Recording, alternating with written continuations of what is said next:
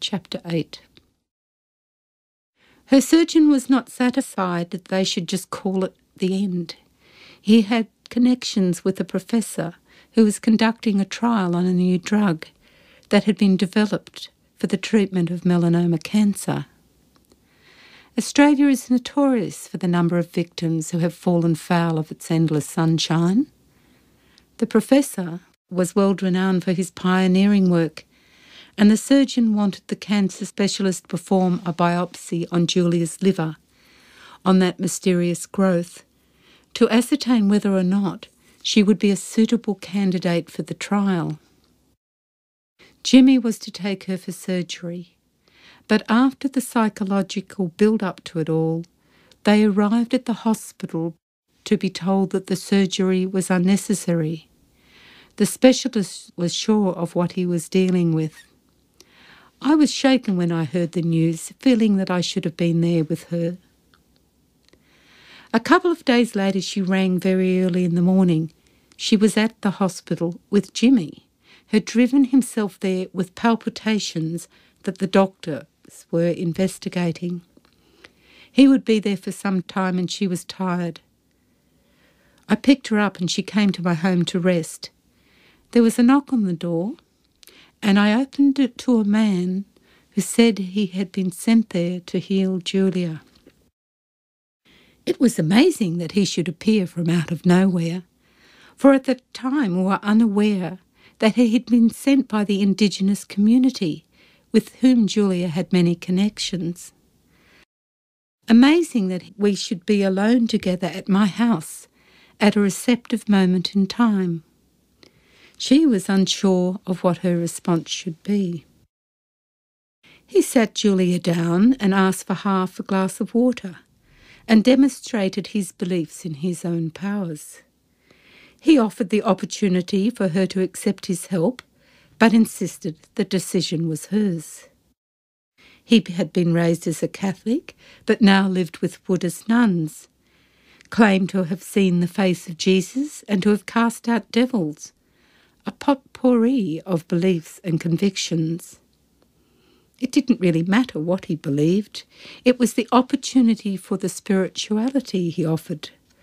I certainly wasn't convinced that he would cure cancer, but I knew she was looking for something on which to focus.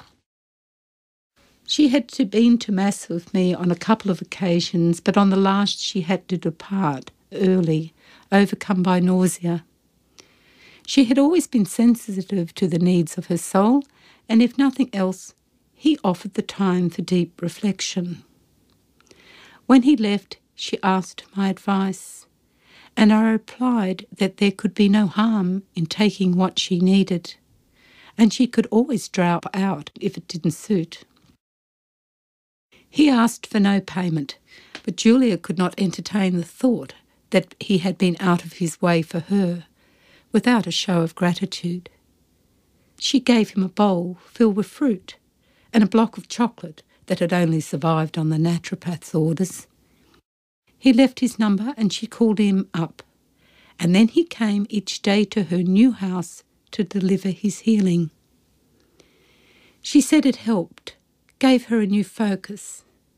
He came each day and we were all sent on missions to buy cheese and biscuits and pieces of cake, and for the healer and for the nuns with whom he lived. Sometimes he brought other healers because he had a forthcoming commitment and was going to be away, and he wanted Julia to connect with someone who would take over his work. He did bring her a sense of calm. I didn't attend the healing sessions, but there was always someone from the house as support.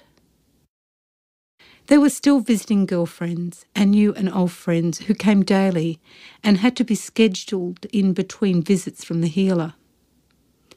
Jimmy didn't like him very much, especially when there was a complaint from the healer because Jimmy was keeping Julia up all night. He had an endless capacity to watch videos and preferred to sleep by day in the cocoon of their room. He was still trying to organise his solar panel business, which he did over the phone.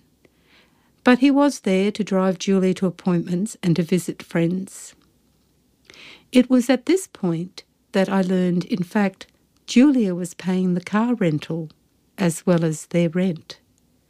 But he distracted her pain. Late one afternoon, I picked her up to drive her down to the mouth of the creek. It was still summer, hot, but she didn't want to risk a swim in the pool. She wanted to bathe her wounds in still, salty water. It is a beautiful place. The wooded reserve runs down the headland that guards the mouth of the creek on one side, and on the other, a stretch of pure white sand. Very few people were there to watch the last light of the day, and Julia, waist-deep in the stillness, to all appearances was just a young woman taking a dip, the wounds hidden deep under her arm. I watched from the shore, moved by her beauty. It did not seem possible at that moment that she could die.